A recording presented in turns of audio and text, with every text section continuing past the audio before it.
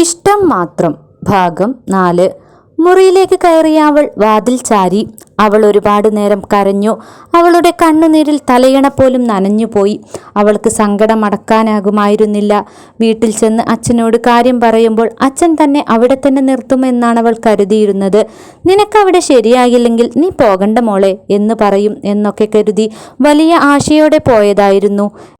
എന്നാൽ അവിടെ ഉണ്ടായ സംഭവങ്ങൾ ഓർക്കുമ്പോൾ എത്ര നിയന്ത്രിച്ചിട്ടും കണ്ണുനീർ അടക്കാനായില്ല. ഇനി ഈ വീട്ടിൽ തൻ്റെ കാര്യം പഴയതിനേക്കാൾ കഷ്ടമായിരിക്കും അവൾ കരച്ചിലിനിടയിൽ ഓർത്തു. മാധവിയുടെയും മഹിയുടെയും മുഖമോർത്തപ്പോൾ അവളുടെ മനസ്സിലൊരു ദൃഢനിശ്ചയം ഉയർന്നു.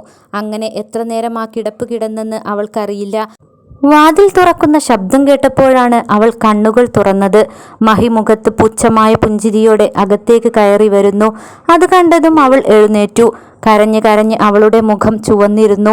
കണ്ണുകൾ കരഞ്ഞ് കലങ്ങിയിരുന്നു. എന്തേ നിന്റെ വീട്ടിൽ പോയിട്ട് വേഗം ഇങ്ങ് പോന്നത്? അവളുടെ മുന്നിലേക്ക് കയറിയിരുന്നു കൊണ്ട് അവൻ ചോദിച്ചു. അങ്ങോട്ട് പോയി ഒരു ദിവസം നിന്നിട്ട് പോരണമെന്ന് തോന്നി, പോയിട്ട് പോന്നു. അതിനെന്താ? അവൾ തിരിച്ചു ചോദിച്ചുകൊണ്ട് എഴുന്നേറ്റു. ഇനി ഇങ്ങനെ മിണ്ടാതിരുന്നിട്ട് കാര്യമില്ലെന്ന് അവൾക്ക് തോന്നി. അവൾ അവനെ ഒന്ന് നോക്കിക്കൊണ്ട് പുറത്തേക്ക് പോയി. അത് കണ്ട് മഹി പുറത്തേക്ക് പോകുന്ന അവളെ നോക്കിയിരുന്നു. അവൾക്കെന്തൊക്കെയോ മാറ്റങ്ങൾ വന്നിട്ടുണ്ടെന്ന് മഹിക്ക് തോന്നി. അന്ന് വൈകുന്നേരം അത്താഴത്തിനുള്ള ചപ്പാത്തിക്ക് വേണ്ട മാവ് കുഴച്ചു വെക്കുകയായിരുന്നു പല്ലവി. അപ്പോഴാണ് അരുണ അടുക്കളയിലെത്തിയത്. ചായ വെച്ചില്ലേ? എനിക്കിന്ന് ചായ കിട്ടിയില്ലല്ലോ, അരുണ പല്ലവിയുടെ അടുത്ത് വന്ന് നിന്ന് പറഞ്ഞു. കണ്ടില്ലേ, ഞാൻ ചപ്പാത്തിക്കുള്ള മാവ് കുഴയ്ക്കുകയാണ്. ചേച്ചിയുടെ കയ്യിൽ ഒന്നുമില്ലല്ലോ, ദാ അവിടെ ചായ ഉണ്ടാക്കി വെച്ചിട്ടുണ്ട്, എടുത്തോ. അവളത് പറഞ്ഞതും അരുണയ്ക്ക് കലി വന്നു. ആഹാ, നീ അത്രയ്ക്കൊക്കെ ആയോ? അരുണ അവളുടെ നേരെ തിരിഞ്ഞു. മാധവി ആ സമയത്താണ് അവർക്കിടയിലേക്ക് വന്നത്. എന്താടി ഇവിടെ? അവർ പല്ലവിയുടെ നേരെ ആക്രോശിച്ചു. ചേച്ചിക്ക് ചായ വേണമെന്ന്. ഈ കൈയൊന്ന് കഴുകിയിട്ട് തരാമെന്ന് പറഞ്ഞപ്പോൾ പറ്റില്ല, ഇപ്പോൾ തന്നെ വേണമെന്ന്. അപ്പോൾ ഞാൻ പറഞ്ഞു ചേച്ചി അവിടെ വെച്ചിട്ടുണ്ട്, ഒന്നെടുത്ത് കുടിക്കുമെന്ന്. അപ്പോൾ ചേച്ചിക്ക് എന്നോടൊരു ദേഷ്യം.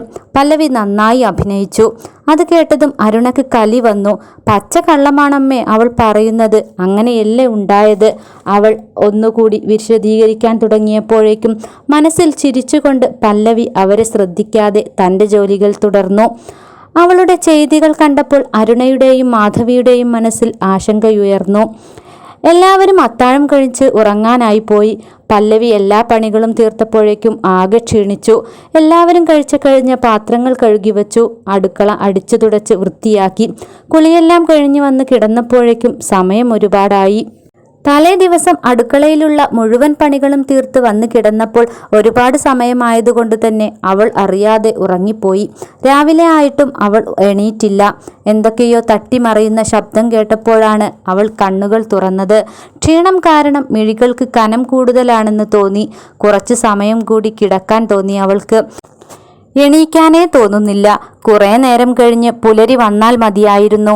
അവളുടെ മിഴികൾ താനെ അടഞ്ഞു. ഇവിടെ എന്തോ വീഴുന്ന ഒച്ച കേട്ടുകൊണ്ട് പല്ലവി ഞെട്ടിയുണർന്നു. വീണ്ടും വീണ്ടും പാത്രങ്ങൾ വീഴുന്ന ശബ്ദങ്ങൾ കേട്ടപ്പോൾ അത് അടുക്കളയിൽ നിന്നാണെന്ന് അവൾക്ക് മനസ്സിലായി. തന്നോടുള്ള വിരോധം പാത്രങ്ങളിൽ തീർക്കുന്നതാണ്. ഇന്നെന്താ അമ്മ നേരത്തെ എഴുന്നേറ്റോ? മനസ്സിലോർത്തുകൊണ്ട് അവൾ തലയണക്ക് സൈഡിൽ വെച്ചിരുന്ന ഫോണെടുത്ത് സമയം നോക്കി. ദൈവമേ, നേരം വൈകിയല്ലോ. പല്ലവി ഞെട്ടലോടെ എഴുന്നേൽക്കാൻ നോക്കി. സമയം 5:45 വെറുതെ അല്ല പാത്രങ്ങൾ ഇത്രയും ശബ്ദത്തിൽ സംസാരിക്കുന്നത് അവൾ ഓർത്തു. പെട്ടെന്ന് എഴുന്നേൽക്കാൻ നോക്കിയപ്പോൾ കാലിനു മുകളിൽ എന്തോ വലിയ ഒരു ഭാരം. നോക്കുമ്പോൾ മഹിയുടെ കാലുകൾ തൻ്റെ കാലിനു മുകളിലാണ്. അവൾ അവനെ തന്നെ നോക്കി നിന്നു. പല്ലവിയോട് ചേർന്ന് കിടന്ന് മഹി നല്ല ഉറക്കത്തിലാണ്. പല്ലവി എഴുന്നേറ്റിരുന്നു. അവൾ പതിയെ അവൻ്റെ കാലെടുത്തു മാറ്റി. പിന്നെ അഴിഞ്ഞു കിടക്കുന്ന തൻ്റെ മുടി മുകളിലേക്ക് കെട്ടിവെച്ചു. അവൾ എഴുന്നേൽക്കാൻ ശ്രമിച്ചപ്പോൾ അവളുടെ നൈറ്റി അവൻ്റെ കാലിനടിയിൽ കുടുങ്ങിയിരിക്കുന്നു. പതിയെ അതൊന്ന് വലിച്ചപ്പോൾ വലിയ ഒരു ഞരക്കത്തോടെ മഹി ചുമരിനഭിമുഖമായി ചെരിഞ്ഞു കിടന്നു. അവൾ കൈകൂപ്പി ഒരു നിമിഷം പ്രാർത്ഥിച്ചു. എന്നിട്ട് വേഗം എഴുന്നേറ്റു. കുളിച്ചു മാറാനുള്ള ഡ്രസ്സും എടുത്ത് ബാത്റൂമിലേക്ക് കയറി. നൈറ്റി അഴിക്കുമ്പോൾ കവിളിൽ തട്ടി. നല്ല വേദന. അവൾ കവിളിലൊന്ന് തൊട്ടു നോക്കി.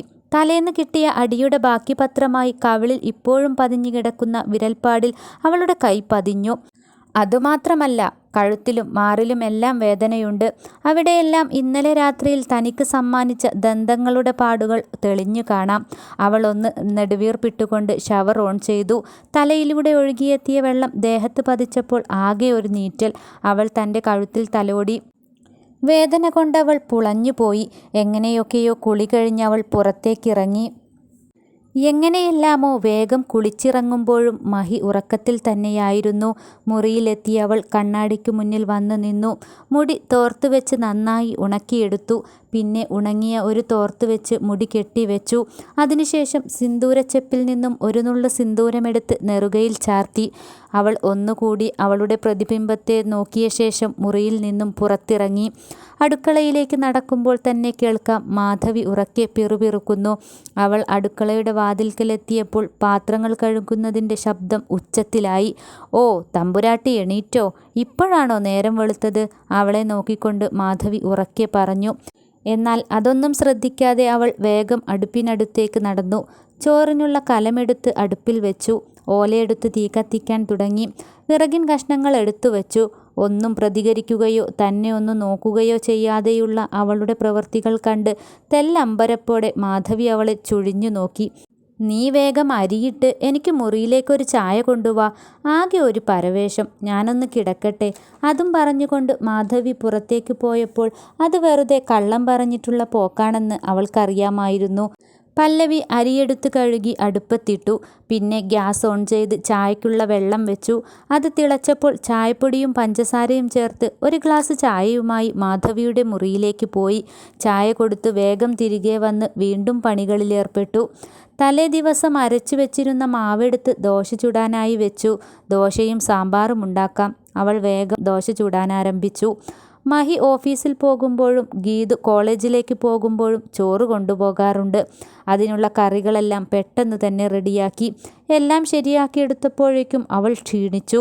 അവൾ ഒരു ഗ്ലാസ് ചായയുമായി മഹിയുടെ അടുത്തേക്ക് ചെന്നു. അവൻ ഉണർന്നു കിടപ്പുണ്ട്. ഫോണിൽ നോക്കിയിരിപ്പാണ്. പല്ലവി ചായ മേശപ്പുറത്ത് വെച്ച് തിരിഞ്ഞു. അവൾ അവനെ നോക്കി. "സമയം 8 ഓഫീസിൽ പോകാൻ നേരം വൈകില്ലേ?" അവൾ പറഞ്ഞുകൊണ്ട് മഹിയുടെ പാൻറ്റും ഷർട്ടുമെടുത്ത് അയൺ ചെയ്യാനായി കൊണ്ടുപോയി. അവൾ പോയപ്പോൾ അവൻ എഴുന്നേറ്റ് ബാത്റൂമിലേക്ക് പോയി. പിന്നെയെല്ലാം പെട്ടെന്നായിരുന്നു. മഹിയും ഗീതുവും പോകാനായി ഇറങ്ങി. പല്ലവി മഹി പോകുന്നതും നോക്കി സിറ്റൗട്ടിൽ വന്നു നിന്നു. എന്നാൽ മഹി അവളെ ഒന്ന് നോക്കുകയോ മിണ്ടുകയോ ചെയ്തില്ല. "മഹിയേട്ടാ, ഞാനും വരുന്നു," ഉറക്കെ വിളിച്ചു പറഞ്ഞുകൊണ്ട് ഗീതു ഓടിയെത്തി. "ഏട്ടത്തി, ഞാനിറങ്ങട്ടെ?" പല്ലവിയെ നോക്കി പുഞ്ചിരിച്ചുകൊണ്ട് ഗീതു മഹിയുടെ കൂടെ കാറിൽ കയറി. കാർ കണ്ണിൽ നിന്നും മറയുന്നതുവരെ അവർ പോകുന്നതും നോക്കി അവൾ നിന്നു. പിന്നെ അവൾ അടുക്കളയിലേക്ക് ചെന്ന് 2 ദോശയും ഒരു ഗ്ലാസ് ചായയും എടുത്ത് ടേബിളിൽ വന്നിരുന്ന് കഴിക്കാനിരുന്നു. മാധവിയും അരുണയുമെല്ലാം കഴിച്ചു കഴിഞ്ഞിരുന്നു. അവൾ മുറിയിലെത്തി മുഷിഞ്ഞ വസ്ത്രങ്ങൾ കഴുകാനായി എടുത്തു. എല്ലാം ബക്കറ്റിലാക്കി കഴുകാനായി അടുക്കളപ്പുറത്തെത്തി. സോപ്പ് പൊടിയെടുത്ത് തുണികളെല്ലാം അതിൽ മുക്കിവെച്ചു. അപ്പോഴാണ് കുറച്ച് തുണികളും ചുരുട്ടി പിടിച്ചുകൊണ്ട് മാധവിയുടെ വരവ്. "പല്ലവി, ഇതും കൂടി കഴുകിക്കോ. അരുണ ഇന്ന് നികേഷിൻ്റെ വീട്ടിലേക്ക് പോകും. അവരുടെ മുറിയിലെ ബെഡ്ഷീറ്റാണിത്. അത് നീ എടുത്തില്ലായിരുന്നോ?" അവൾ ഒന്നും മിണ്ടാതെ മാധവിയെ തന്നെ നോക്കി. നീ എന്താ നോക്കണേ? വേഗം അലക്കാൻ നോക്ക്," അവർ ദേഷ്യത്തിൽ പറഞ്ഞു. "എനിക്ക് പറ്റില്ല. ഞാനീ വീട്ടിലെ വേലക്കാരിയൊന്നുമല്ല. അരുണേച്ചി വെറുതെ ഇരിക്കുകയല്ലേ. അമ്മ ചേച്ചിയോട് പറ കഴുകിയിടാൻ." പല്ലവിക്ക് പറഞ്ഞതേ ഓർമ്മയുള്ളൂ. "ആഹാ, നിനക്ക് ഇത്രക്ക് ധൈര്യമായോ? നിന്റെ വീട്ടിൽ പോയി വന്നപ്പോഴേക്ക് നീ ഇങ്ങനെയൊക്കെ സംസാരിക്കാറായോ? അവർ എന്തെല്ലാമാണ് പറഞ്ഞ് പഠിപ്പിച്ചു വിട്ടിരിക്കുന്നത്.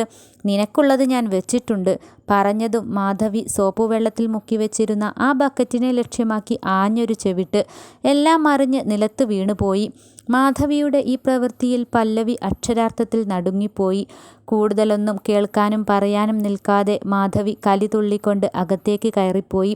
പല്ലവി നിസ്സഹായതയോടെ അത് നോക്കി നിന്നു. എന്നാൽ ഇതെല്ലാം ശ്രദ്ധിച്ചുകൊണ്ട് കൃഷ്ണൻ നിൽപ്പുണ്ടായിരുന്നു. അത് കണ്ട് പല്ലവി കണ്ണുനീരാൽ അയാളെ നോക്കി. കണ്ണിൽ വെള്ളം നിറഞ്ഞ് അവൾക്ക് മുന്നിലെ കാഴ്ചകളെല്ലാം മാഞ്ഞുപോയി. കൃഷ്ണൻ മാധവിക്ക് പിന്നാലെ അകത്തേക്ക് കയറി. "അവിടെ നിൽക്ക്, എനിക്കല്പം സംസാരിക്കാനുണ്ട്.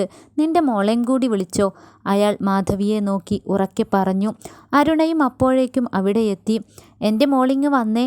അരുണ അയാൾക്കരികിലെത്തിയതും കൃഷ്ണൻ്റെ കൈ വായുവിൽ ഉയർന്നു പൊങ്ങി. അത് അരുണയുടെ കവിളിൽ വന്ന് വീണു. അരുണയ്ക്ക് തല കറങ്ങിപ്പോയി. പെട്ടെന്നുണ്ടായ ആ പ്രവൃത്തി കണ്ട് മാധവിയും ഭയന്നുപോയി. മേലാൽ നീ നിന്റെ ഭർത്താവിൻ്റെ വീട്ടിൽ വേണ്ടാത്ത പ്രശ്നമുണ്ടാക്കി ഇങ്ങോട്ട് വന്നേക്കരുത്.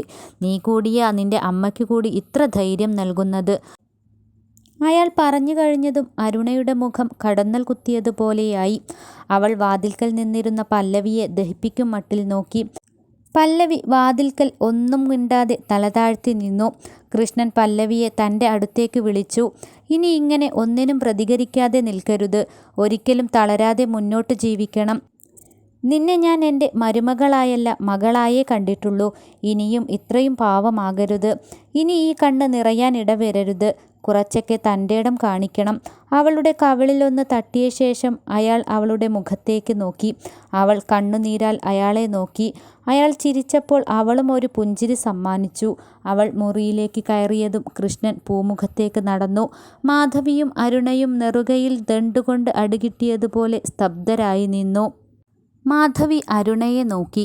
കവിൾ വീർത്തിരിക്കുന്നു. ഇത്തരമൊരു അവസ്ഥ രണ്ടുപേരും പ്രതീക്ഷിച്ചിരുന്നില്ല. അരുണ ദേഷ്യത്താൽ അവളുടെ മുറിയിലേക്ക് പോയി. മാധവിയും അവൾക്ക് പിന്നാലെ നടന്നു. അരുണയുടെ മുറിക്ക് മുന്നിലെത്തിയപ്പോൾ ഡ്രസ്സുകളെല്ലാം എടുത്തു വയ്ക്കുകയാണ്. അവൾ പോകുകയാണെന്ന് മാധവിക്ക് മനസ്സിലായി. അവർ എന്ത് ചെയ്യണമെന്നറിയാതെ നിന്നു.